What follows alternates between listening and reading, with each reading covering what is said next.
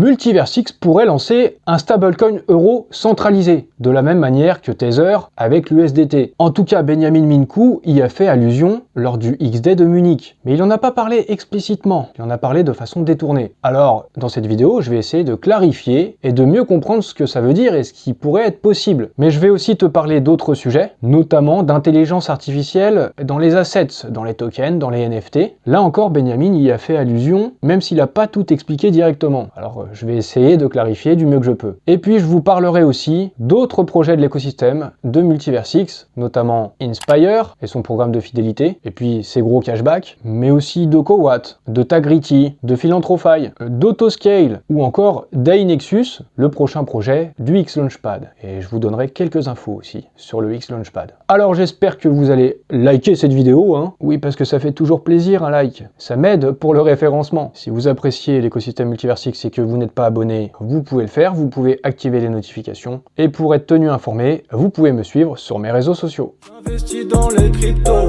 pour être riche dans le futur, paire de couilles dans le futal, ainsi soit-il, mon bitcoin et mon couteau. Est-ce que Multiversix va lancer un stablecoin euro? Eh bien d'abord, on va regarder un petit extrait de ce qu'a dit Benjamin au XDay et également ce qui a été dit récemment dans un podcast, le podcast de Multiversix, au sujet d'un stablecoin lancé en Europe. Then stablecoins, of course, we have, you might know that in the real world asset space, the largest product market fit in the world at this point is stablecoins.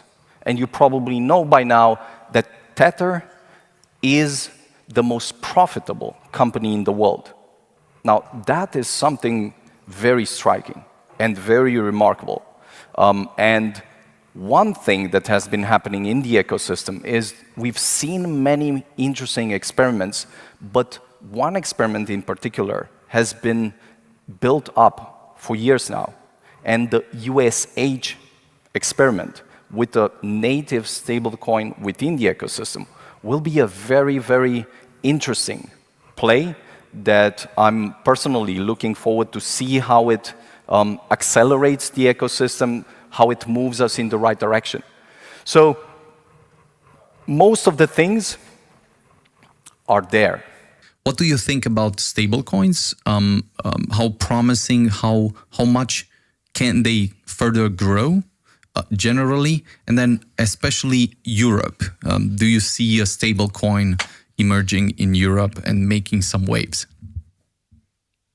Ces deux passages vidéo, celui du XDay et celui du podcast, ces deux résonnent l'un avec l'autre, je trouve. Et pourquoi je parle d'un stablecoin euro? Justement, parce qu'il a été question dans le podcast d'un stablecoin lancé en Europe. Benjamin a déjà parlé plusieurs fois de la renaissance de l'Europe, donc si Multiversix doit lancer son stablecoin, il y a plus de chances que ce soit un stablecoin euro plutôt que dollar. Mais dans cet extrait vidéo du XDay, Benjamin ne dit pas explicitement qu'ils vont lancer un stablecoin. Alors, est-ce qu'il parle d'un stablecoin lancé par Xmoney, ce stablecoin euro, vous avez compris, ou est-ce qu'il parle seulement de l'ESH d'Atom, puisqu'il parle aussi de l'ESH d'Atom? Eh bien déjà, je remarque que Benjamin fait allusion au plus important product market fit de l'espace crypto, et il parle de Tether. Alors le product market fit, qu'est-ce que c'est? En gros, c'est le business plan. C'est comment ton produit, ton offre, va rencontrer sa cible, la demande. La rencontre de l'offre et de la demande, c'est comme ça qu'on fait du business, c'est comme ça qu'on fait de l'argent. Et Benjamin prend l'exemple de Tether, émetteur de l'USDT, et ça c'est très rentable pour Tether. Donc c'est ce que dit Benjamin, lancer un stablecoin centralisé, c'est super rentable. C'est rentable notamment parce que ce stablecoin centralisé, il doit être backé, quand on prend le cas de Tether par exemple, il doit être backé par des dollars derrière. Il faut en avoir en réserve. Et ces dollars, ils vont être mint, ils vont être frappés pour devenir des stablecoins. Ils vont être émis de cette manière. Au passage, Tether, ils prennent des frais. Et puis quand on veut faire le chemin inverse, si on veut convertir des USDT en USD tout court, en dollars, là encore, ils vont prendre des frais. C'est pour ça que c'est le product market fit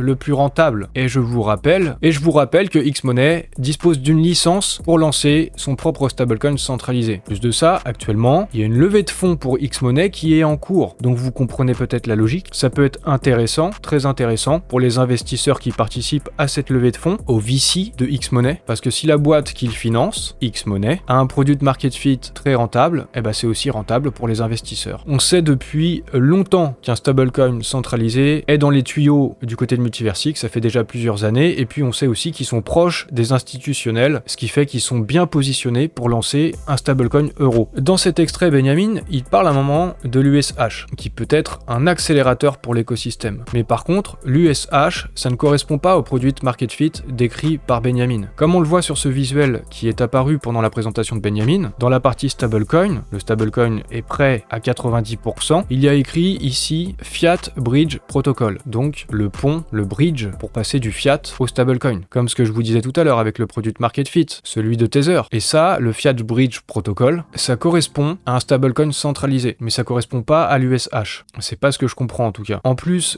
c'était une présentation sur ce que construit Multiversix, et l'USH a été mentionné, mais c'est plus une parenthèse. De toute façon, on le saura définitivement probablement en 2025 et à l'issue de la levée de fonds de X-Money. Mais pour rappel, dans le plan de guerre récent qui a été publié par Multiversix, avec tout ce que compte faire Multiversix, en reparlant de leurs produits, de X-Money, de X-Portal, de leur nouvelle stratégie marketing, à un moment, il est fait mention d'un stablecoin natif. Et là, encore une fois, je pense pas qu'il est question de l'USH. Donc pour l'instant, il reste mystérieux, mais je pense qu'il y a une probabilité assez forte que Multiversix puisse lancer un stablecoin centralisé et probablement un stablecoin euro. Et les stablecoins, ça fait partie du RWA. Le XDAY, celui de Munich, était centré sur le RWA. Lors de sa présentation, Benjamin a également parlé d'intelligence artificielle dans les assets. Alors ça peut être un peu étonnant, carrément étonnant même, et je vous inviterai à écouter sa présentation, vous pourrez retrouver ça sur la chaîne YouTube de Multiversix, ou alors dans cet extrait vidéo qui a été publié par DB Crypto, mais il y a un peu plus de précisions qui ont été données par le compte X du XDAY, et il me semble qu'ils ont pris en citation Benjamin. Vos actifs doivent être intelligents, avec une intelligence artificielle intégrée, ils doivent pouvoir interagir sur des marchés plus vastes et vous apporter davantage de valeur. Je pense que le moment est venu de prendre cela en main et d'en faire une réalité. Donc c'est quoi? De l'IA dans les tokens, de l'IA dans les NFT. Lors de cette présentation, il y a aussi eu ce visuel qui a été montré. Ça représente l'ensemble du marché du RWA, potentiellement si tout est mis sur la blockchain, que ce soit les produits dérivés, l'immobilier mondial, le stock market, le marché de la dette, de l'or, de l'assurance, du gaming, de tout en fait, tout qui puisse être mis on-chain. Il y a eu quelques explications, peut-être pour mieux comprendre, de Robert Sassou. La blockchain peut amener le RWA au niveau supérieur, pour rendre les RWA négociables à l'échelle mondiale, composables, liquides en cas de besoin, avec un historique complet et une véritable propriété. Il nous dit que de nombreux actifs sont inutilisés, et si ces actifs pouvaient devenir productifs et intelligents dès leur conception. Alors effectivement, beaucoup de questions se posent quand on nous dit ça, et je ne sais pas bien à ce jour qu'est-ce que ça veut dire. Je vois pas bien comment l'IA intervient là-dedans, mais au moins en partie pour y voir plus clair. Par exemple, vous achetez une maison ou une voiture, vous êtes propriétaire, cette maison ou cette voiture a une certaine valeur, vous pourriez les utiliser, les tokeniser pour avoir un collatéral peut-être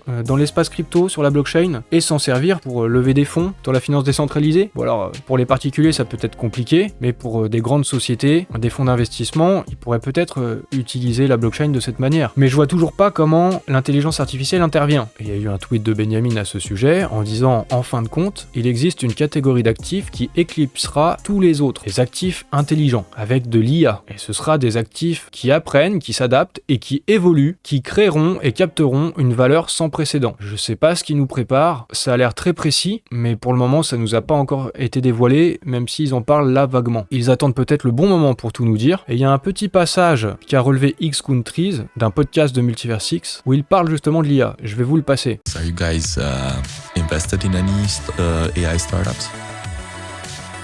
Besides us. Besides us, of course. Yes, but we cannot disclose them at this point. Yeah, me too, of course. Ils parlent donc de start-up IA dans lesquelles ils auraient pu investir récemment, et en gros ils disent cette start-up IA dans laquelle ils ont pu investir, c'est la leur, c'est Multiversix. Donc Multiversix est une start-up de l'IA, de l'intelligence artificielle, mais on ne sait pas encore en quoi. Espérons qu'on le saura en 2025. Toujours au XDAY, il a été annoncé que Alibaba Cloud intègre Multiversix. En gros, c'est un peu la même histoire qu'avec Tencent, avec Amazon Web Services, avec Deutsche Telekom ou avec Google Cloud. Le One Click Node pour déployer des nœuds. nœud. Donc ça permet de développer l'infrastructure, mais il y aura également des opportunités de hackathon et des octrois de crédit pour des constructeurs sur Multiversix, pour aider à développer l'écosystème. Pendant qu'il y avait le X-Day de Munich le 30 octobre, donc en Allemagne, Adam Bates était en mode guerre du côté de la Corée du Sud. À la Busan Blockchain Week, il a dû rencontrer le PDG de la seule bourse numérique de Corée du Sud, et ce PDG, il est aussi monté sur scène pour soutenir le X-Day 2025. Donc il pourrait y avoir des acteurs intéressants lors de ce X-Day 2025. Adam Bates a aussi rencontré le maire de Busan, et il a eu des interviews avec des médias, et bien plus encore, peut-être qu'il a négocié des trucs, on sait pas. Décidément, dans la nouvelle stratégie de Multiversix, j'ai l'impression qu'il y a plein de choses, ils nous disent pas. Avant, ils parlaient beaucoup avant d'agir, avant que ce soit effectif, avant que les produits sortent. Là, j'ai l'impression que la dynamique commence à s'inverser. Ils nous en parlent pas trop, ils attendent que ça sorte. Je passe maintenant aux actualités des projets de l'écosystème Multiversix, et notamment Inspire, qui a encore de nouveaux partenaires, et des gros partenaires. Vous voyez ça ici sur leur visuel. Disney, Expedia, Fly Emirates, Qatar Airways, Booking, Hotel.com, The North Face, Shein, beaucoup de partenariats avec lesquels on pourra bénéficier du programme de fidélité avec leur application. Et je me dis, quand on en arrive là, pourquoi pas derrière du Apple, du Netflix et du Amazon en plus. Ils ont déjà fait allusion à ces marques-là précédemment, donc c'est vraiment pas impossible. Les NFT Founders, je vous rappelle, ça permettra d'utiliser un lien de référal pour inviter des gens à rejoindre l'application pour ensuite eux-mêmes bénéficier du programme de fidélité et du cashback. Et en possédant ces NFT, on peut maximiser le pouvoir de notre référal en fonction des caractéristiques du NFT et en fonction du nombre de NFT qu'on a. Ça permettra de booster le référal et de gagner de l'EGLD. Donc même potentiellement, ça peut permettre de rembourser le mint du NFT. Ce qui est au cœur d'Inspire, c'est le cashback. Et là, on va avoir du cashback sur du cashback. Si on top up, si on envoie de l'argent, des fiat, des euros sur Inspire en utilisant Xportal, on a du cashback. Et ensuite, cet argent fiat, ces euros, on peut les utiliser dans les enseignes partenaires d'Inspire, les Ikea, les Carrefour, etc. Et ça permet d'avoir encore plus de cashback, de ce que j'ai cru comprendre, entre du 5 et 10% en fonction des enseignes. Donc c'est du cashback sur du cashback. Et en plus, j'ai cru comprendre que si on fait ce top-up en payant avec Xportal pour envoyer de l'argent sur Inspire, si on le fait le mardi, on obtient un cashback supplémentaire non plafonné de 6 à 10%. Donc ça permet de doubler notre cashback. Je sais pas bien encore concrètement comment tout ça va fonctionner, c'est difficile puisqu'on n'a pas encore l'application en main, mais tout ce cashback, c'est intéressant de prime abord. Pour l'instant, il y a le mint des NFT. Le mint, il est en deux phases. Il y en a une qui est déjà terminée. C'est la première phase pour les whitelists. Ça c'est fini, ça a été mint. Et actuellement, il y a la deuxième phase qui s'est enchaînée pour les NFT restants. Je ne vous incite pas à minter. Je vous laisse faire ce que vous voulez. Je vous présente les informations et puis je vous précise, c'est pas un conseil d'investissement et j'ai aucun contact avec Inspire. Alors maintenant, je pourrais vous parler de l'USH et son booster V2. C'est live sur le DevNet et il y a même des rewards, des récompenses pour les adresses les plus actives sur ce DevNet pendant la période de test. Mais je vais pas vous en parler parce que normalement je l'ai déjà fait, j'ai déjà une vidéo qui est sortie sur YouTube lundi, donc hier pour vous là en ce moment, et j'ai fait un tuto complet sur les nouveaux produits, les nouvelles fonctionnalités qui sont pour l'instant en test sur le DevNet d'Atom Protocol. Donc je vais pas me répéter dans cette vidéo. Et j'enchaîne avec Proteo Defi qui eux-mêmes ont lancé ou vont lancer leur stablecoin, le Pro USD. J'ai vu passer cette information, je ne m'y attendais pas, ça m'a un peu surpris. C'est un stablecoin qui doit être backé par de l'USDC, de l'USDT et de l'USH. Et ça ferait donc encore un nouveau stablecoin natif sur Multiversix. Mais j'ai pas beaucoup d'informations à ce sujet, j'ai juste vu passer ça, je vous transmets. Après encore une fois, quand Multiversix parle d'un stablecoin natif, je pense pas qu'il parle du stablecoin de Proteo. Maintenant parlons un petit peu de Coat. Ils viennent d'obtenir l'approbation de la DGEC et ils deviennent émetteurs réglementés de certificats d'énergie renouvelable Tier Wert. Alors un peu dur à dire, je sais pas bien c'est quoi, mais ça leur permet de devenir officiellement un émetteur réglementé et un revendeur de certificats d'énergie renouvelable. Ça rentre dans le cadre du plan France 2030 qui vise à soutenir la transition énergétique par l'innovation et la réindustrialisation. Donc je sais pas, je pense que c'est à peu près comme des crédits carbone ou ce genre de choses. Vous pouvez me le dire en commentaire si vous le savez. Et également, Coat a un partenariat avec Greenea, un expert de premier plan en matière de certification et de courtage énergétique. Coat qui était présent également au X-Day et ils ont révélé leur nouvelle application de chargement Gen X. Ça permet aux card stackers de Coat d'avoir des discounts jusqu'à 42%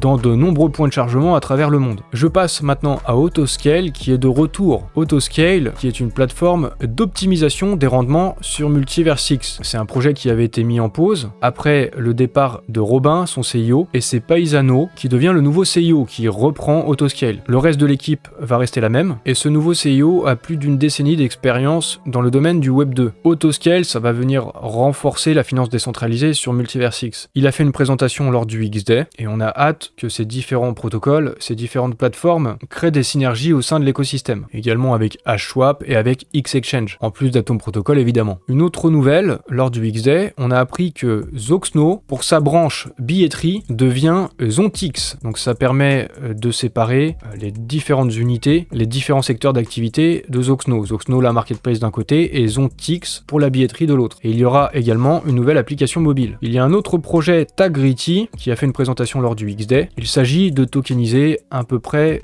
tous nos biens pour avoir une traçabilité sur la blockchain. Et ça fait un peu écho en moi au RWA lors de la présentation de Benjamin. Avec Tagrity, on peut avoir un tag, une étiquette qui permet de tokeniser facilement tous nos articles, tous nos produits préférés. Il y a eu Philanthropy, je vous en ai aussi déjà parlé de ce projet, puis il pourrait être lancé, je pense, sur le X Launchpad un jour. Ils ont annoncé le déploiement d'une bêta progressive. Donc pour rappel, Philanthropy, c'est la traçabilité de la donation sur la blockchain, une plateforme de donation, et pour pouvoir suivre l'impact de sa donation, s'assurer que le don est bien distribué comme il faut. iNexus, le prochain projet qui sera lancé sur le X Launchpad, était évidemment aussi présent au X-Day. Ils ont fait une présentation, de ce que j'ai cru comprendre, ça va au-delà des simples petits jeux, des mini-jeux. Ils sont en train de créer tout un univers virtuel, des univers virtuels même, personnalisables avec l'IA, et sur certains aspects, j'ai l'impression qu'ils vont faire certaines choses des ambitions de X-World. On pourra avoir nos avatars et se retrouver dans des univers virtuels, peut-être même que je pourrais faire des sortes de live dans les mondes virtuels d'iNexus. Il est même question du Multiverse X Hub, un endroit où on va retrouver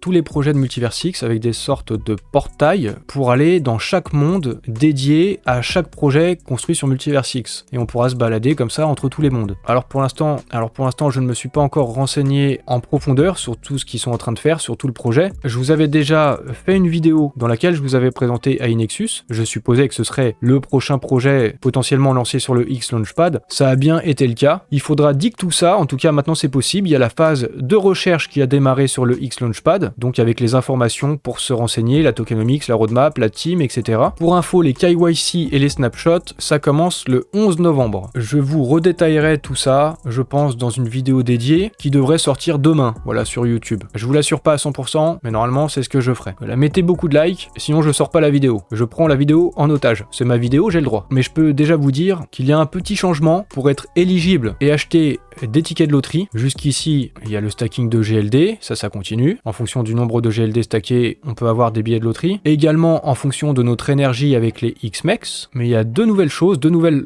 options pour pouvoir acheter des billets, pour prétendre à l'achat de tickets de loterie. Notamment en complétant nos séries de claims d'XP sur Xportal, et également avec des challenges. J'ai pas approfondi le sujet, mais en gros on peut gagner des points, et en fonction du nombre de points, on a accès à un certain nombre de tickets. En tout cas, les informations elles sont disponibles sur le compte du X Launchpad, et puis je vous en reparlerai normalement dans la vidéo de demain, si vous mettez des likes. Un stablecoin centralisé euro lancé par Multiverse X et par X-Money, ça semble tout à fait faisable. D'autant plus qu'il y a une levée de fonds actuellement du côté de X-Money. C'est peut-être pas pour rien. Et ce serait vraiment de bon augure pour la croissance de l'écosystème Multiverse X. Si ça doit se faire, on le saura en 2025, je pense. Et je sais pas si en 2025, on pourrait peut-être aussi en savoir plus sur cette intelligence artificielle dans les assets. Pour l'instant, c'est encore flou, c'est encore obscur, mais j'ai l'impression que ça pourrait être un gros truc qui ne se fera peut-être pas non plus du jour au lendemain. La tokenisation, le RWA, ça va se faire quand même sur 10-15 ans peut-être. Mais en 2025, j'espère qu'on en saura plus. J'espère aussi que tu as apprécié le tour d'horizon des différents projets de l'écosystème. Si c'est le cas, tu peux mettre ton like, si tu ne l'as pas déjà fait au début. Tu peux t'abonner à ma chaîne, tu peux activer les notifications et me suivre sur mes réseaux sociaux.